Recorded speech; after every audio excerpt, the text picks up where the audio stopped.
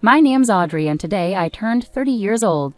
I want to tell you all about how I became a millionaire because of two very greedy people. They say what goes around comes around. I first met my husband Gavin on a work trip our office organized. We both led different departments and had never crossed paths before. The trip had lots of activities, like games and sports. During a volleyball game, I got hurt and sprained my ankle. Gavin was quick to help me, carrying me to get first aid. I thought he was really kind and wanted to get to know him better. After the trip, I reached out to him and asked if he wanted to go for coffee. He said yes, and we met up at a local cafe. During our date, we talked about the trip, our interests, and our families. I realized we had a lot in common. We liked the same sports, TV shows, and hobbies. Gavin told me about his family, especially his strong bond with his mother, Meg. He mentioned, "I've always been really close to my mom. We make sure to visit each other at least twice a week." "That's nice that you're close to your mom. What about your dad?" I asked. Gavin responded, "He actually left us a few years ago, and we don't really keep in touch." "I'm sorry to hear that. Is everything okay between you two?" "It's complicated, Audrey. Let's just say things didn't work out." "What do you mean by didn't work out? He's your dad, not your boyfriend." "Yeah, it's just, he wasn't very supportive, so my mom and I decided to part ways." "Was it because of financial reasons or emotional ones?" "You know what? Let's talk about something else," Gavin interrupted. "Oh, sure, I'm sorry. I didn't mean to pry. I just want to get to know you better. We can change the subject," I replied. I didn't dwell on it and figured it was a sensitive topic for Gavin. I believed that as we grew closer, he would open up more about his past. In the following weeks, we continued to meet, sometimes even during work. I started having lunch with him every day. Over a few months, we became very close, and our relationship started becoming serious. I knew Gavin's birthday was approaching, so I decided to plan a surprise party for him. I asked our friends to help with organizing and creating the guest list. Since Gavin was close to his mom, Meg, I thought it would be nice to invite her too. I debated inviting his dad, considering their relationship was unclear to me, and ultimately decided against it. The day of the party arrived, and after setting up decorations and preparing food, guests started arriving, eagerly awaiting Gavin's entrance. Just before Gavin was due to arrive, I noticed a well-dressed middle-aged woman heading towards the door. She wore a fancy green evening gown and carried a designer handbag. I approached her and introduced myself. "Hello, I'm Audrey. You must be one of Gavin's close relatives. It's nice to meet you. How do you know Gavin?"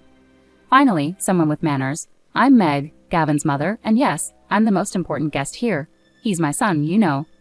"Of course, Meg. I didn't mean to offend. Gavin speaks so highly of you. Please come in and make yourself comfortable." "Well, I should hope so. I practically raised him all by myself.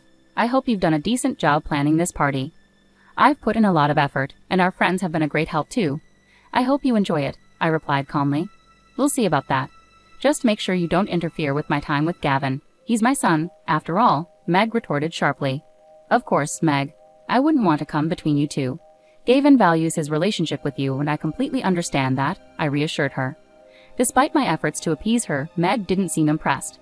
She started loudly criticizing the decorations and began insulting some of the other guests at the party. Despite Meg's behavior, I remained composed and continued to show her hospitality, hoping she would eventually approve of me. When I heard Gavin's car approaching, I went outside to greet him. The surprise party went smoothly, and Gavin was genuinely happy with the effort I had put in. We enjoyed cutting the cake and exchanging gifts. During the party, Meg insisted on being next to Gavin in all the photos, even those with just Gavin and me. She also boasted that her gift was the best and confidently predicted Gavin would love it. I was surprised when Gavin didn't intervene or stop Meg's behavior. Instead, he accommodated all her requests and ensured she was always by his side. When it was time for dinner, everyone took their seats at the dining table. Gavin stood up, thanking everyone for coming to his birthday celebration. He mentioned he had an important announcement and was glad everyone was there. Suddenly, Gavin knelt down and pulled out a ring, asking me to marry him. I was thrilled and tearfully accepted amid cheers and congratulations. However, I noticed Meg had quietly left the table. Confused, I brought it up to Gavin. "Babe, your mom left the table. Is everything all right? We should find her and get her blessings. She'll be upset if we don't." "But why do we need her blessings? It's our decision, isn't it?" "You don't understand. I'd always discuss important decisions with my mom. We're really close and I value her opinion." "I understand she's important to you, but shouldn't we make decisions together?" I gently questioned. "Of course we do, but I can't just ignore her. She means a lot to me. Can we please find her and talk to her about giving us her blessings right away?" Gavin insisted. I was worried about how dependent Gavin seemed on his mother's approval, but I loved him and wanted her acceptance. We searched the house but couldn't find her.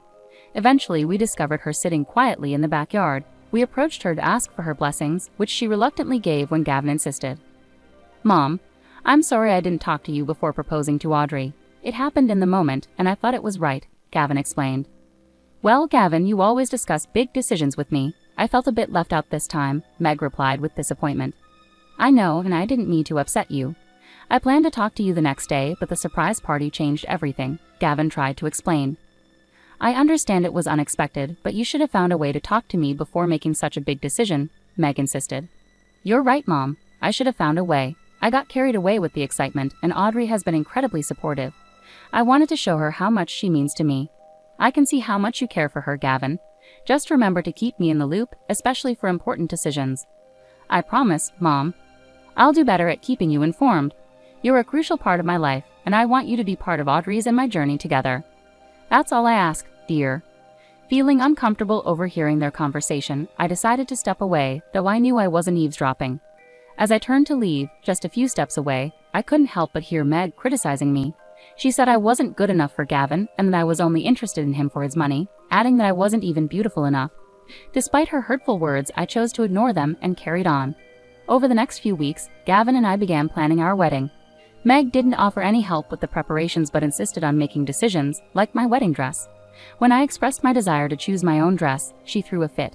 She also met with me several times to insist I pay more than half of the wedding costs, claiming I was lucky to marry Gavin and should contribute more financially. I didn't let these incidents affect me too much, hoping Meg would warm up to me after the wedding. Finally, on my wedding day, I was in my dressing room with my bridesmaids and mother, getting ready in my beautiful white gown. Everyone around me complimented how stunning I looked. I heard a knock at the door and was surprised to see Meg walk in wearing a white wedding dress. "Why are you wearing a wedding dress today?" I asked. "It's my son's wedding day, and it's the most important day for me," she replied. "I chose to wear this dress to emphasize my role as the mother of the groom. I understand it's a big day for you, but traditionally, the bride wears white. It might overshadow Audrey," I gently pointed out. "Well, that's not my concern. Gavin is my only son, and I deserve attention on this day too," Meg insisted. "Of course, Meg, but today is primarily about celebrating Audrey and Gavin's love and commitment. It's their special day," I calmly reasoned. "I understand that, but I'm making a statement. My presence here matters as much as anyone else's," Meg asserted firmly. Though I was furious, I didn't want to create a scene and spoil the day. The ceremony proceeded smoothly, and we exchanged heartfelt vows and rings. It was an emotional moment, marking the culmination of our long-awaited journey together. During the wedding planning, I had asked Gavin to handle the guest list. I noticed his father wasn't included and asked him about it. "Gav, are you sure about not inviting your father?" I asked gently. "He abandoned us. He doesn't deserve to be part of such an important celebration," Gavin replied firmly. I wanted to persuade him otherwise, but I decided not to push the issue further to avoid upsetting him on our special day. The next few months after our wedding were filled with happiness. Gavin and I cherished every moment together and began planning to buy our own house. We had always dreamed of living together and decided that getting married was the first step toward that goal. We started looking for our dream home, spending hours every day searching for options. One day, while I was at work, Gavin called me. "Hey babe, I'm sorry, but an important meeting came up. I won't be able to go house hunting with you today," he explained. "No worries, darling. It happens. Don't stress about it. I can handle it on my own," I reassured him. "Thanks for understanding. I'll make it up to you, I promise," Gavin replied. "You better. Just focus on your meeting and we'll catch up later. Love you," I said. "Love you too, babe," Gavin replied warmly. After work, I got into my car and headed to the property location. Looking at the details, I noticed it was a unit on the 10th floor of a building still under construction. When I arrived, I met with the realtor who mentioned another visitor had arrived under our name to view the property. Knowing Gavin was occupied, I was puzzled about who it could be. To my surprise, it was my mother-in-law waiting at the door, looking impatient. "Why are you here to see this property?" I asked her. "I wanted to make sure it's suitable for my son and that there's a place for me when I visit," she replied bluntly. I wasn't keen on Meg being involved, but to avoid upsetting Gavin, I let her join me. As we toured the house, Meg didn't hold back, criticizing the building's condition and dismissing the property as below her standards. By the end of the tour, I was frustrated and eager to leave. The realtor stepped away to take a call, warning us about the construction hazards. I started walking around and saw an incomplete staircase outside the house. Without noticing, Meg came up to me and suddenly kicked my right leg. I lost my balance and fell down the stairs. I couldn't move and felt soreness on my arms and head. When I looked up, I saw Meg smiling as if she had won something. Then she quickly turned and left. I was confused and unable to move for a few minutes. Eventually, I found my phone in my pocket and called for an ambulance, which arrived quickly. On the way to the hospital, I couldn't stop thinking about how Meg had tried to hurt me by pushing me down the stairs. I had always been kind to her since we met, so I felt sad and angry about her actions. At the hospital, they treated my injuries and I had to have some scans done.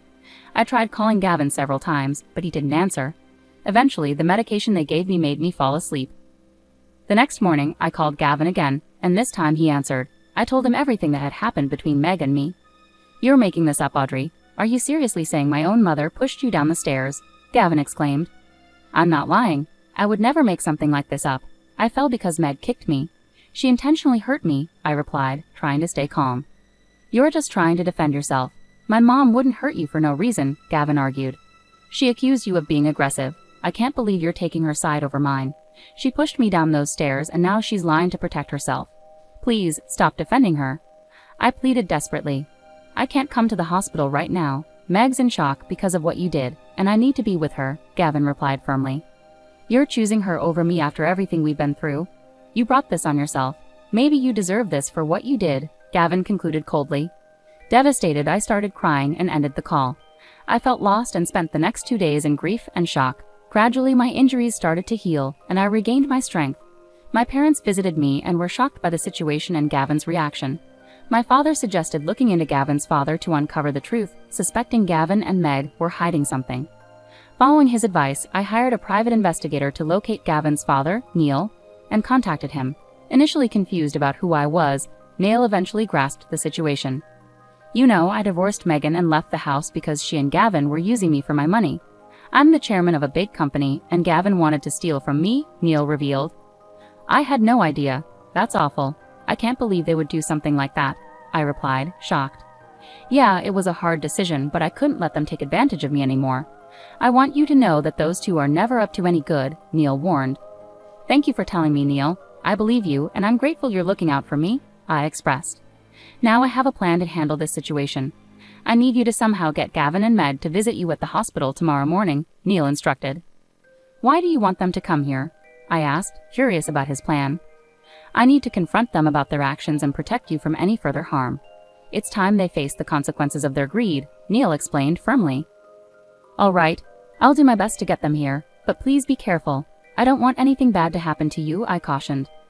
"I'll handle it, Audrey. Just focus on your recovery," Neil reassured me. I was skeptical and somewhat scared, to be honest. I didn't want to see either Meg or Gavin because I couldn't bear to face a man who trusted his mother over his own wife, and who hadn't bothered to check on me in the hospital. Meg because I feared she might try to harm me again. But I knew if I wanted to expose their wrongdoing, I had to trust Neil.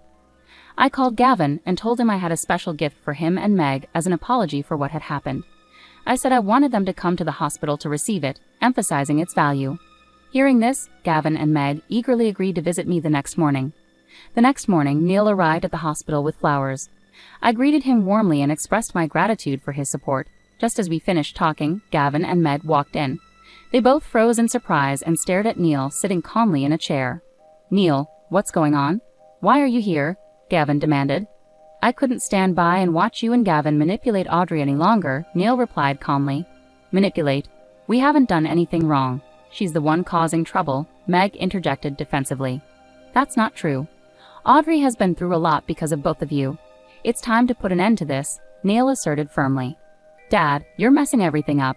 Audrey and I love each other," Gavin protested. "I divorced your mother because of what you were doing. You were trying to take advantage of me and my company. I was simply trying to protect my own future," Neil explained. "Dad, you never supported me. You know that. I wouldn't have given you anything you asked for, yet you still tried to transfer my company into your name behind my back," Gavin argued. "I don't want Audrey to go through the same ordeal. I have something here to ensure that doesn't happen," Neil declared, handing Gavin some papers. "What are these?" Gavin asked. "Divorce papers. Gavin, so Audrey can finally be free from the toxic influence of both of you," Neil revealed calmly. Meg and Gavin were stunned. They started arguing loudly with Neil, pleading with him to reconsider. Neil stood firm, telling them they deserved the consequences of their actions for trying to harm someone innocent like me. He then called hospital security to escort Meg and Gavin out of the room, and they were removed. I had been through a lot, but finally, I had my justice.